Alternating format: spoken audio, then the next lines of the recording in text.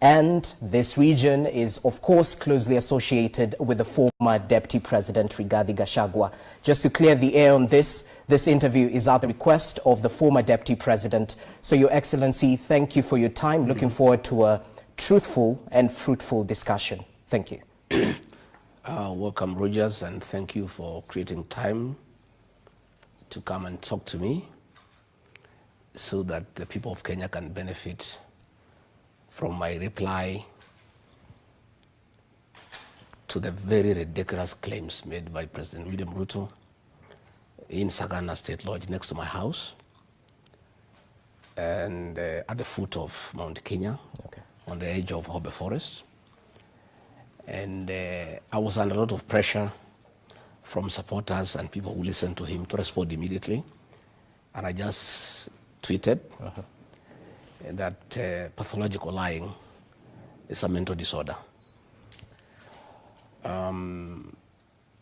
It's very sad that I have to spend time to respond to these very ridiculous accusations by the president.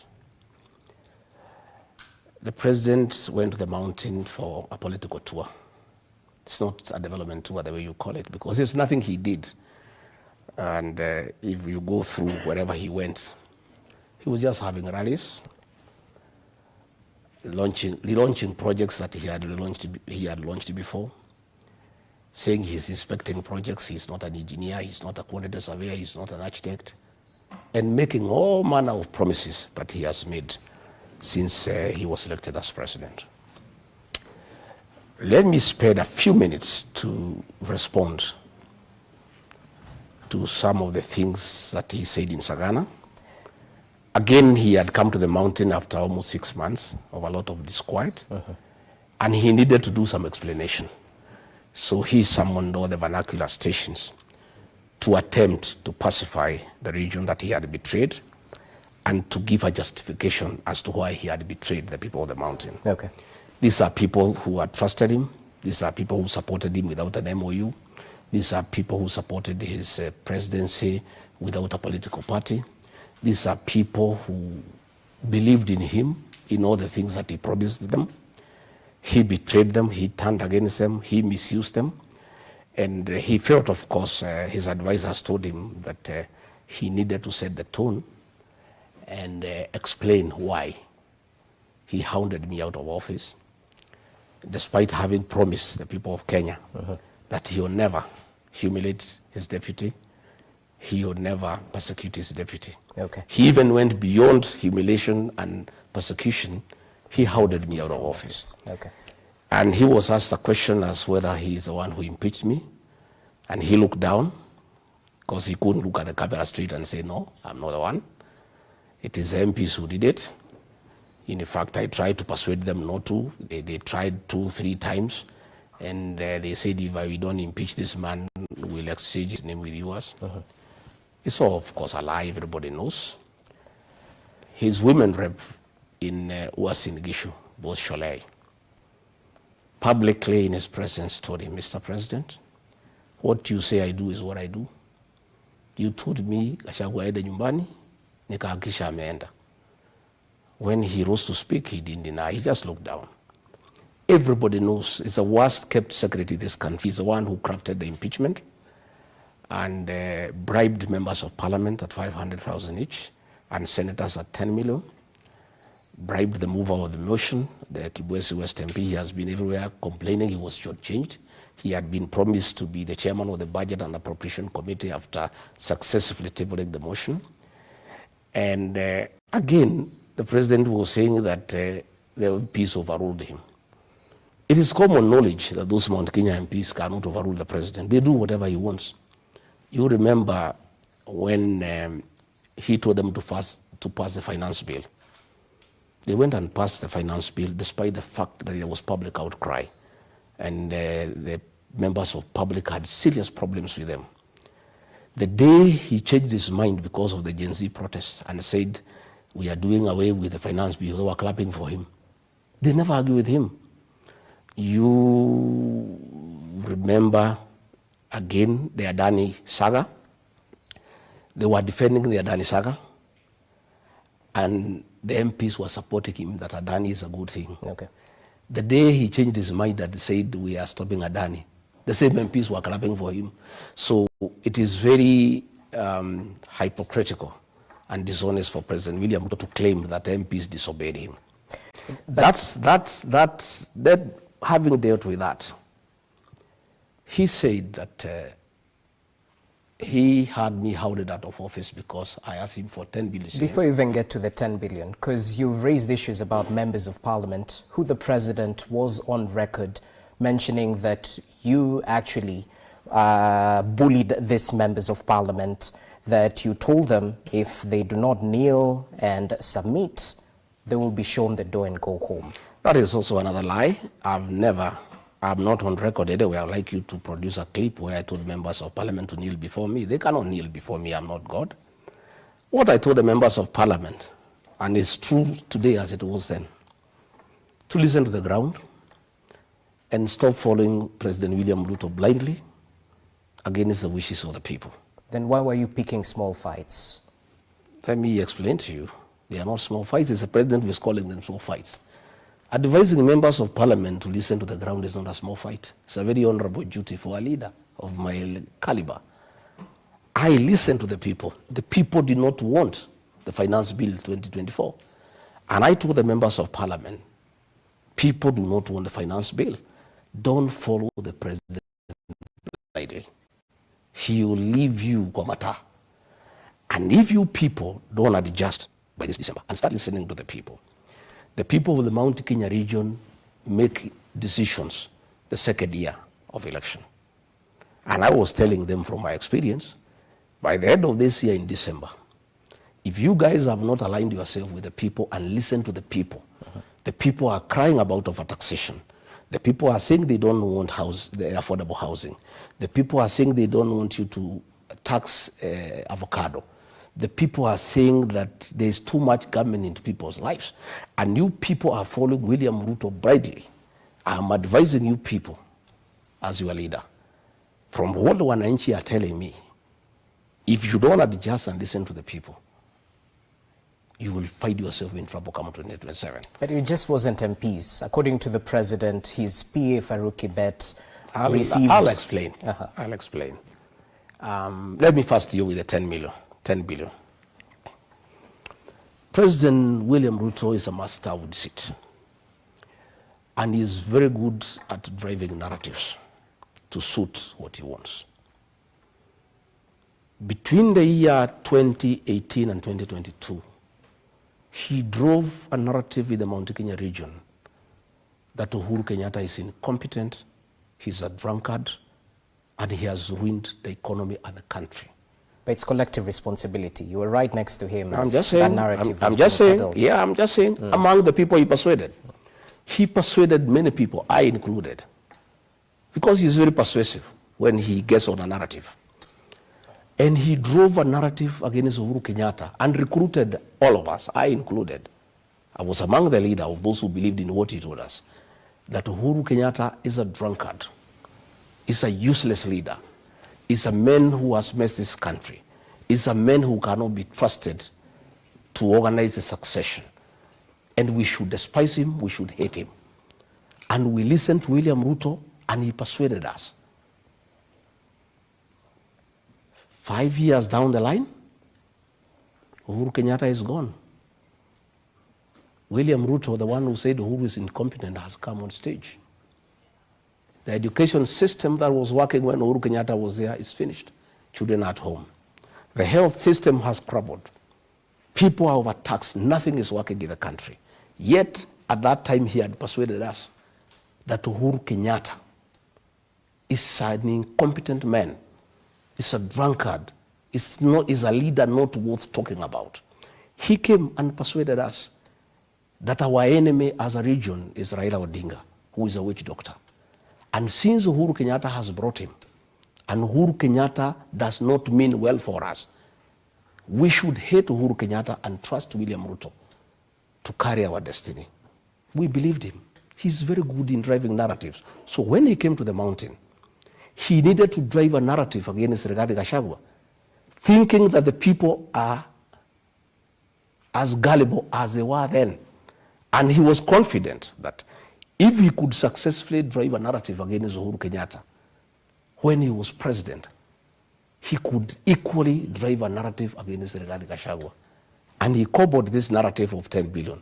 The purpose was to show the people of the Mount Kenya region, this Gachagua guy is a very selfish man. So did you or did you not blackmail the president? Of course I did not blackmail the president, because if I did, Rogers, it would have been accusation number one before the Senate. Impeachment. This impeachment was crafted by William Ruto. It was drafted by the National Intelligence Service and Professor Kindiki. And the president even had blackmailed him. Blackmail is a criminal offense. It should have been accusation number one. It did not appear anywhere. Since October 18, the president has never talked about it until he came to the mountain. And the president had better make up his mind why he ordered me out of office. When he went to Western Kenya, he said he got rid of me because I was incompetent and tribal. He never told the people of Western Kenya asking for 10 billion. When he went to Northern Kenya, he said he got rid of me because I'm divisive and I don't like the unity of the country. When he went to Nyanza, he said that I am primitive, and corrupt. When he came to the mountain, he never said I'm tribe, because he cannot say that. He never said I'm incompetent, because he cannot do that. Okay. He said that I was asking for 10 billion.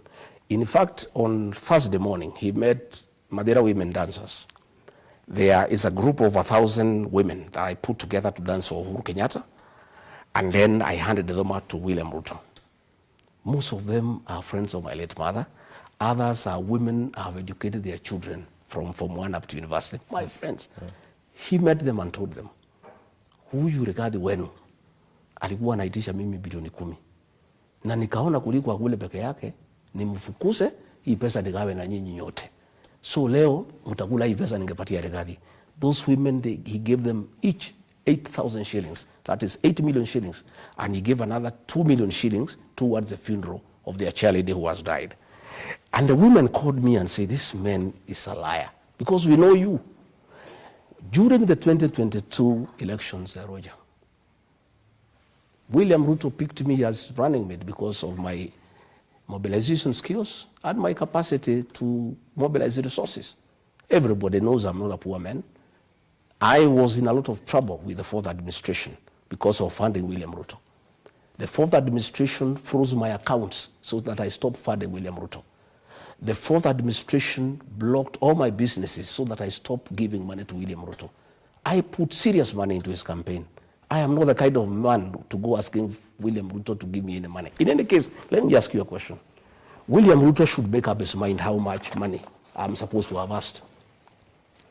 His chief propagandist, Dedesi Tombe, wrote, and it's there, I have a copy, I will give it to you. I remember, yes. That I'm asking for 6.5 billion.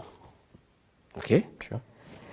His Mr. Fix-It, Kimani Ichong'wa, went to Europe in an interview and said, I'm asking for 8 billion. William Ruto says, I'm asking for 10 billion. Between his Mr. Fix-It and his chief propagandist and William Ruto, can't they sit down and agree the figure that Rigathi Gachagua is supposed to have asked for? So, I want to explain to you that there is nothing like that. It was just a narrative he wanted to bring to the mountain because he needed to explain to them. Because he committed himself that he would never humiliate his deputy. He went beyond got rid of me. He needed something to tell the people of the mountain. But of course, everybody knows it's a lie, because if that was true, it should have come in the impeachment. Again, let me tell you, Rogers. But I have to ask you, because you're equally on record in public mentioning that President William Ruto offered you 2 billion Kenya shillings to resign ahead of the impeachment in October. Yes. So isn't that a counter-narrative? No. I talked before. He talked the other day. Okay. I have not talked after he has talked. So your claims are true? I said he talked to me. He sent a very senior officer in government. Well, he called me myself when we disagreed and said, I cannot work with you. I would like you to resign. And if you don't, I'll impeach you. And later on in the interview, I'll tell you why we disagreed. And he said, instead of you going home empty-handed, and since you assisted me, I would like you to go with your retirement package, and I can get you some money to get you started off, like 1.5, 2 billion. I told him to go to hell. I'm not interested. I'm priceless. And that kind of money, I have. You know how much I funded your campaign. I am not a man to be given 2 billion shillings. You know what kind of money I am into. And therefore, I said, fine. He sent a very senior officer to come and see me. On Thursday, when the National Assembly resolved that I should be impeached by going to the Senate, that Friday morning, he sent a very senior officer to come and see me.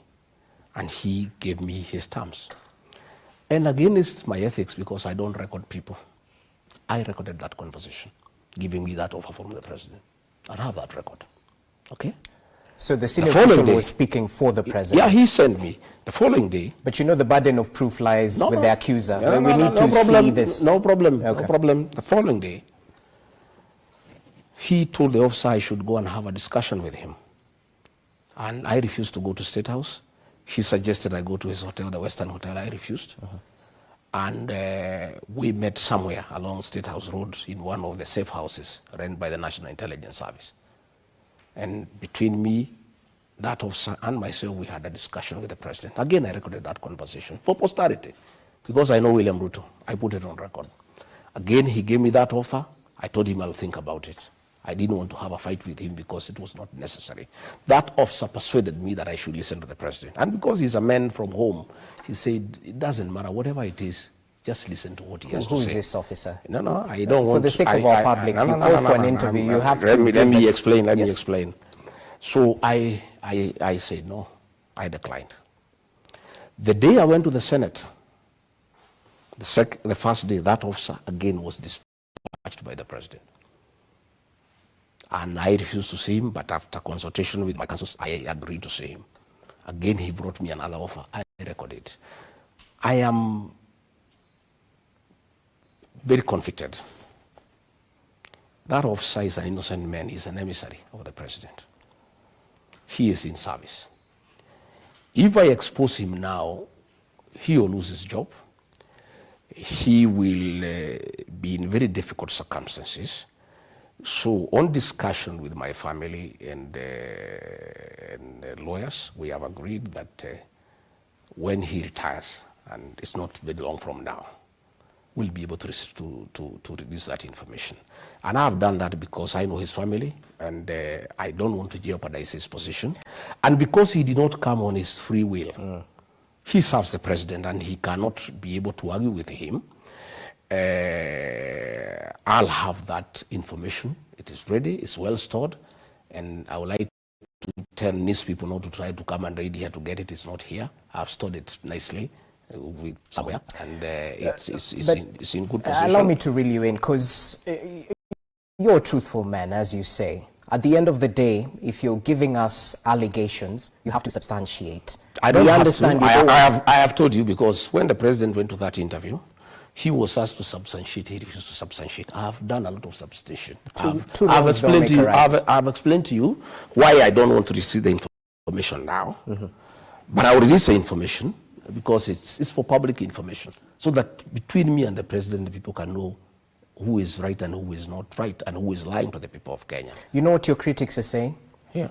Since you heavily funded the presidential campaigns in the Mount Kenya region, that you're asking of this 10 billion, or is it 6.5 billion, whichever the figure, was simply a way of returning your investment. You well know how politics in Kenya I don't think so, because when I was funding the president, there was no issue. If I needed my money back from him or whatever it is, we'll discuss. I have not asked the president to refund me any money. I'm a leader. That was an investment in the presidential campaign. He was president, I was running it. I too had a responsibility, to spend money on the campaign. And that's why I'm saying I'm not the kind of person to ask him for money. And he knows that, because I'm an astute businessman who have worked for many years and made my own money. And I was in the campaign on my own violation. The president did not force me to be the campaign. I spent my money because I thought it's the right thing to do. I mobilized resources from friends, and I did not ask him. And if I had asked him, he should have said then. He cannot say now, 6 months after. He would have called a meeting of UDA, the PG, put me to task and say, Rigathi here is asking me for this. He would have called some elders, some church people. He never did any of those things because that is how you do those things. Okay. But myself, when he offered me an offer to resign, I talked about it. I did not waste time. I talked about it because that is a situation. But it's still a narrative. We'd like to substantiate this claim, sir. I have told you what I need to tell you. And the long and short of it all is that the president wanted to create a narrative with the mountain. And you see, these mountain people are looking at him very closely because the things he said about me are not the things he is saying today. Okay? When he said I should be his running mate in Karen on May 15th, he had this to say. There were so many other instruments. I looked at many things. I looked at what was required of a deputy president. In the end, we all settled as a team on Gachagua because he's an astute debater, a fantastic grassroots mobilizer, a disciplined and tireless political operative, a successful elected politician and businessman, a principled politician of tremendous resilience and fearless fighter for the right cause, an indefatigable champion. Gachagua is a self-made man, a politician of repute, and a public servant whose sole goal is to help others. Gachagua is a very passionate leader, a people's person. He speaks about the ordinary people and is concerned about matters to do with farmers. What I like about him is his passion for people issues. He's one of those leaders who are passionate about ordinary people. He's a living example of a true hustler. Then the president is here telling the people of the mountain, the man you gave me is a blackmailer. He goes to Western, he says man is a tribalist. He goes to Nyanza, he says this man is a primitive. Give me a break. You are talking to the same people. These same people are the ones he talked to when he wanted my services. When he wanted me to mobilize the mountain people. When he wanted to take advantage of my oratory skills to mobilize votes for him. When he wanted me to articulate people-based issues. Yet, when I say don't demolish houses for innocent people, he says I'm fighting his government. Yet, he was saying I stand for people issues. So I am saying that the mountain people, you can condemn once. You can't condemn twice. What they are saying, William Ruto, you successfully persuaded us to fight our own son, Uhuru Kenyatta. Please, you cannot persuade us to fight Rigathi Gachagua because we now know you. You came and told us that Uhuru Kenyatta is bad because he is working with Raila Odinga. And Raila Odinga is a very mad man and a very dangerous man, the Lord of Poverty. Today, you are working with Raila Odinga. Praises for him everywhere. Then the mountain people are looking at him and saying, is this the same man who made us hate Uhuru Kenyatta because he was working with Raila Odinga? Today, he is singing praises for Raila Odinga, taking him all over Africa to be the king of Africa. Right. And he wants us now to believe him, that Rigathi Gachagua wanted 10 billion from him. Is this not the same man who came here and told us that Uhuru Kenyatta is a drunkard? Is he not the same man? Now he is here again telling us that our son, Rigathi Gachagua, is incompetent. Our son, Justin Muturi, is incompetent. Our son, Moses Kuria, is corrupt. Our son, Methekal Inturi, is corrupt. Mr. President, I have no capacity to advise you. Nobody can fool the mountain people twice. You fooled them once, they feel very sorry about it. They actually feel very low and very down. I want to assure you, your tricks are now known, your games are known. You will never again in your lifetime make the people of the mountain fight their son or their daughter. They will never do it. You made us hate Uhuru Kenyatta. Okay. You made us humiliate him. You told us bad things about him that were not true. You said he was incompetent. You are the one who is incompetent now. It is very clear for everybody. Everybody is incompetent except you. Even now you are saying you are new, Mr. Esa is very competent. You are the only one who is competent. Everybody else who disagrees with you, everybody else who has a problem with your modus operandi, anybody else who has a problem with your leadership is incompetent. Okay. You are the only competent person in this country. So, and with all due respect, we'll treat what you've said earlier on as allegations because you still haven't substantiated them. I have to ask you this because it's a multi-pronged question. When exactly did your friendship, your working relationship with President William Ruto start, and when did the rain start beating it? Probably before we come to that, you said that he said I fight small people. I don't fight anybody. He says that I was fighting Farouk Kibet. Farouk Kibet is not a small man. He is a co-president in this country. Farouk Kibet runs the government. Everybody reports to him. The Inspector General of Police, the head of public service, cabinet ministers. William Ruto issues instructions to cabinet ministers tremble at his very sight. So, Farouk Kibet wanted to give instructions to Rigathi Gachagua. Rigathi Gachagua was elected by the people of Kenya alongside William Ruto. There is no way I would have allowed Farouk Kibet to give instructions to me. And let me tell you, Rogers, Farouk Kibet was trying to run my office, make appointments for people to come and see me. And initially, I thought it's okay, maybe that's how William Ruto wants us to work. Until I learned that Farouk Kibet was collecting money from people to come and see me, and I have nothing to give them in return. And I went and I told the president, Mr. President, I'm your principal assistant. Please, your personal assistant cannot give me instructions. And if you want to give me any instructions, you give them yourself and I obey them to the letter. But you cannot use your PA to order me around. And your PA is taking advantage to make money from people. And I told you, Mr. President, for your information, because I'm your advisor in this matter, I will be failing in my duty if I don't advise you and tell you what is happening. Okay. All the people Farouk Kibet is clearing to come and see you, he's collecting money.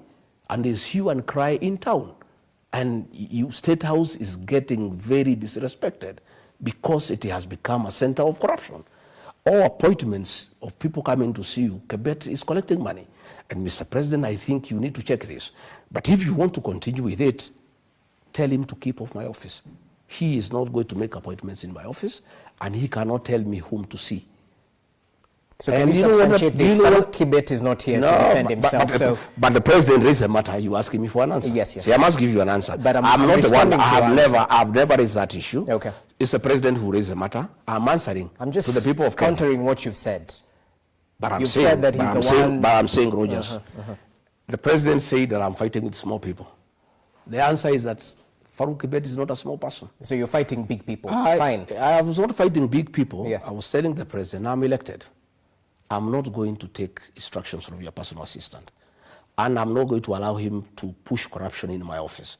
If you want him to practice corruption in your office, you can go ahead. But you just said he was collecting money for people to meet with you. I learned the few people he had asked me to see. Later on, I heard noise in town that people are going to see the deputy president. Farouk has collected money on his behalf and he's not doing anything for us. That is when I got alarmed. I faced Kibet and he told me off. He said, I must make money. Hii serikali tumetafuta, mimi nimeumia na William Ruto miaka mingi. And actually when I talked to the president about Farouk Kibet, he said, wewe achana na Farouk atafute pesa kidogo ya kukula bana. Hii mtu ameumia na mimi miaka mingi, akipata hapa kidogo kidogo yuko makosa gani. So, I'm telling you, so I'm the only man who would tell him off. Okay. When he says that I'm fighting small people, Itumbi. I don't know Itumbi. You can see the things he was writing about me. And Dennis Itumbi, the chief propagandist for William Ruto. Again, he's not a small man. This government of William Ruto is run by Itumbi and Farouk. This Itumbi, all these statements you see ministers issuing, like the one DCI has issued about the violence yesterday in Mweki. It's Dennis who crafts them. He crafts the messages, and you can see even that is language. He gives them to read. And my problem with that so-called small man is that they work in cohort with the president. And he hangs around State House. And if you have a discussion with the president and he doesn't like the way it is going, he sends him a text, and Dennis walks into the president's office and says, Mr. President, you are late for the next meeting. And the president brings the meeting to a closure.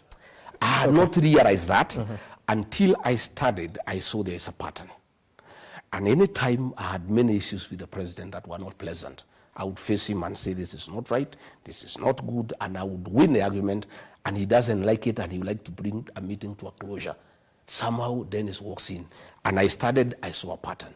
So one day, we were launching, the president was going to sign, he was going to sign the housing levy law, bill into law. And I was with the president in his office, the two of us, and I had a very hot conversation with him. And I was telling Mr. President, Kenyans are not interested in affordable housing. And people are very unhappy about the taxation.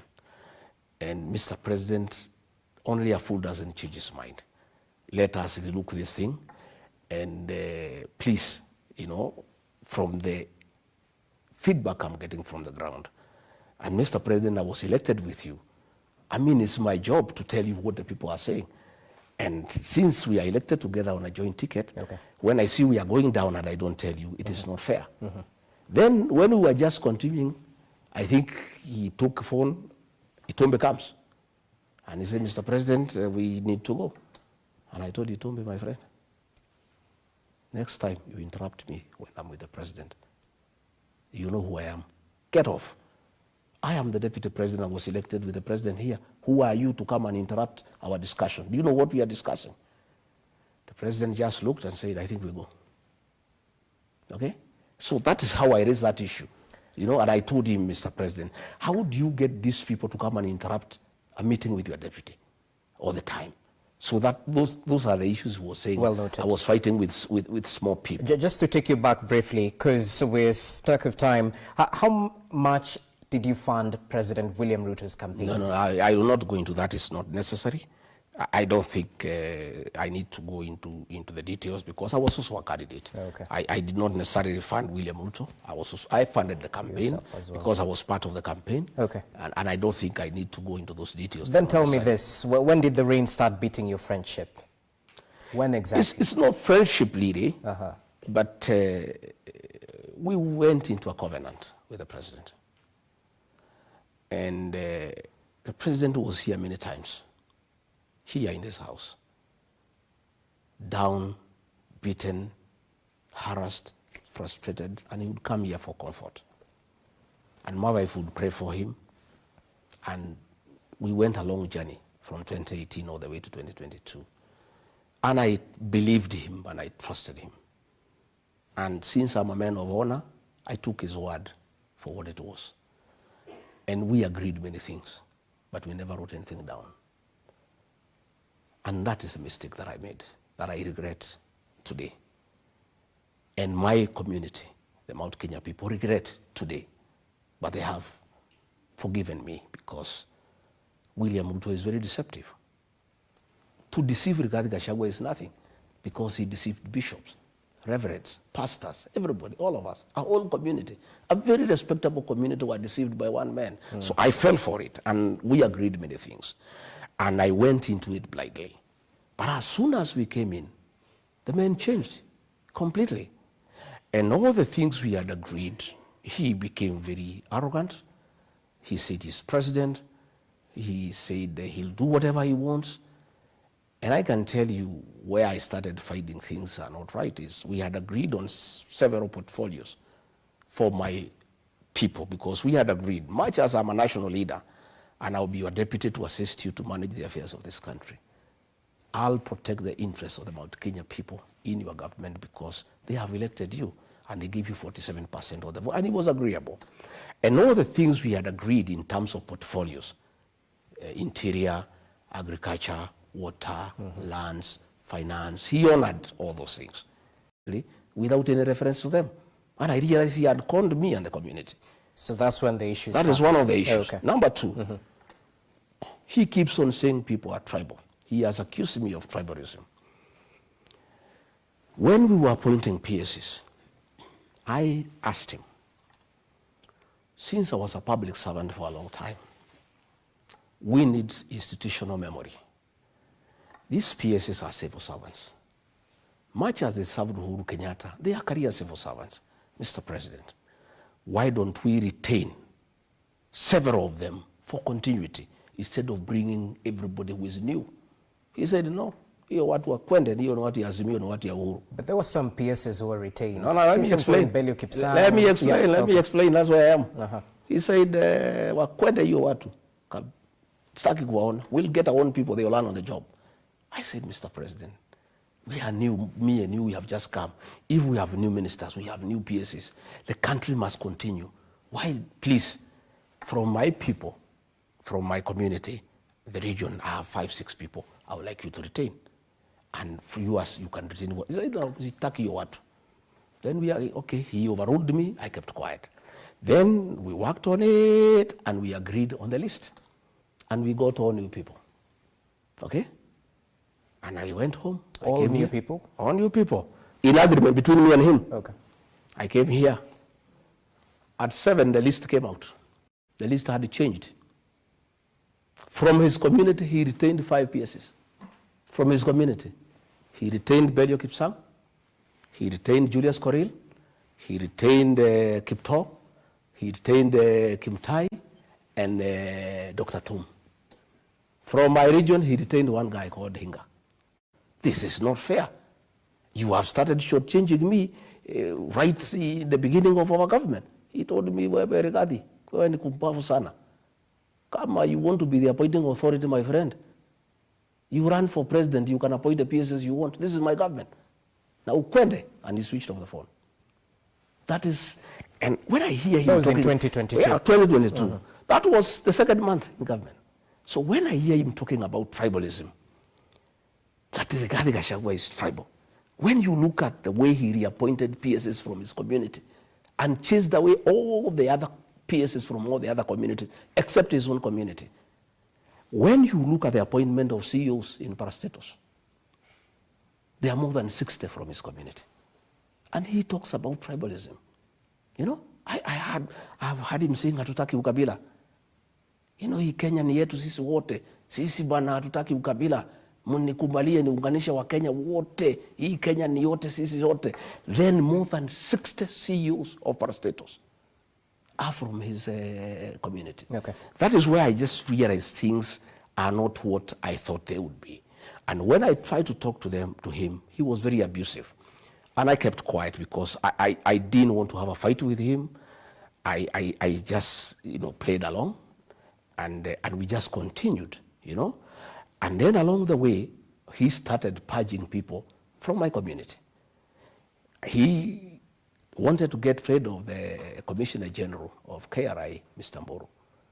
And I said, no, Mr. President, we agreed with you that 1 for 1. I mean, if you want to change Mburu because he was Uhuru's, you replace him with somebody else. He said, okay, no problem, let him go, we will replace him.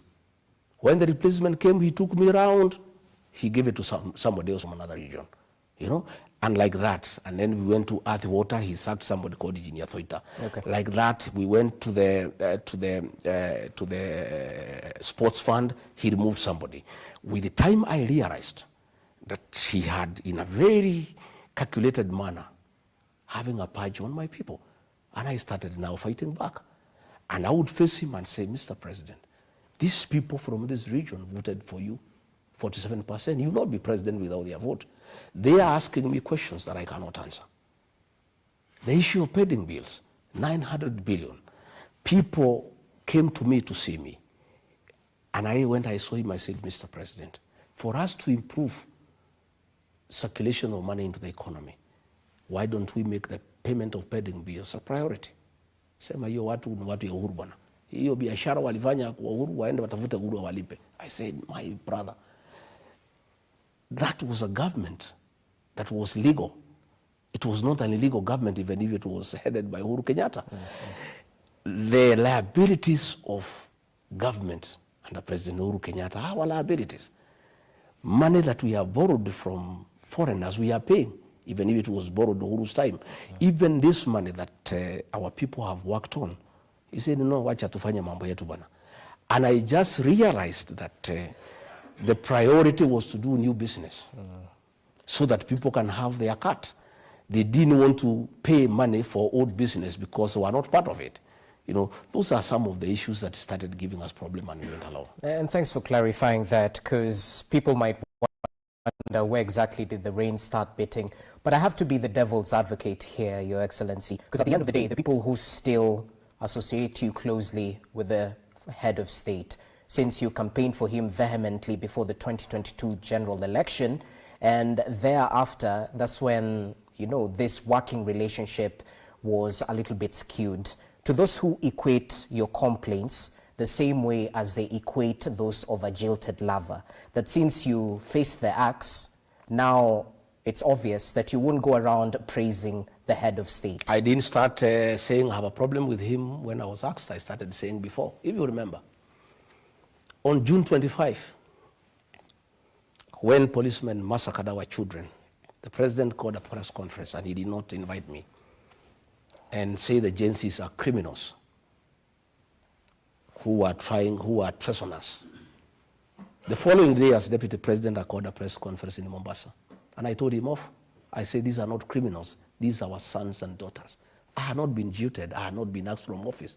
I stood firm. But let me tell you, one of the issues I disagreed with the President William Ruto up to today, and I will never give in, was abductions and extrajudicial killings. I am a father. I am a Christian. I am a husband. I am a leader. I am an elder in my community. Children are our flowers. You cannot kill children because they're asking questions. And the questions they're asking are legitimate. That we are running down the country, that there is too much corruption, that we are not listening to the people.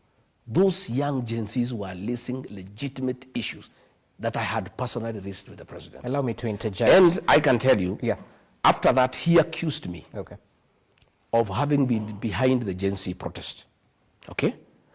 And I said I was not behind the Gen Z's protest, but I associated myself with what they were saying despite being deputy president. So you cannot sit here and tell me that I've started raising these issues, you know, because we disagreed or because I left. You remember, in the Senate, there was an accusation against me that I had opposed evictions of people from Nairobi River.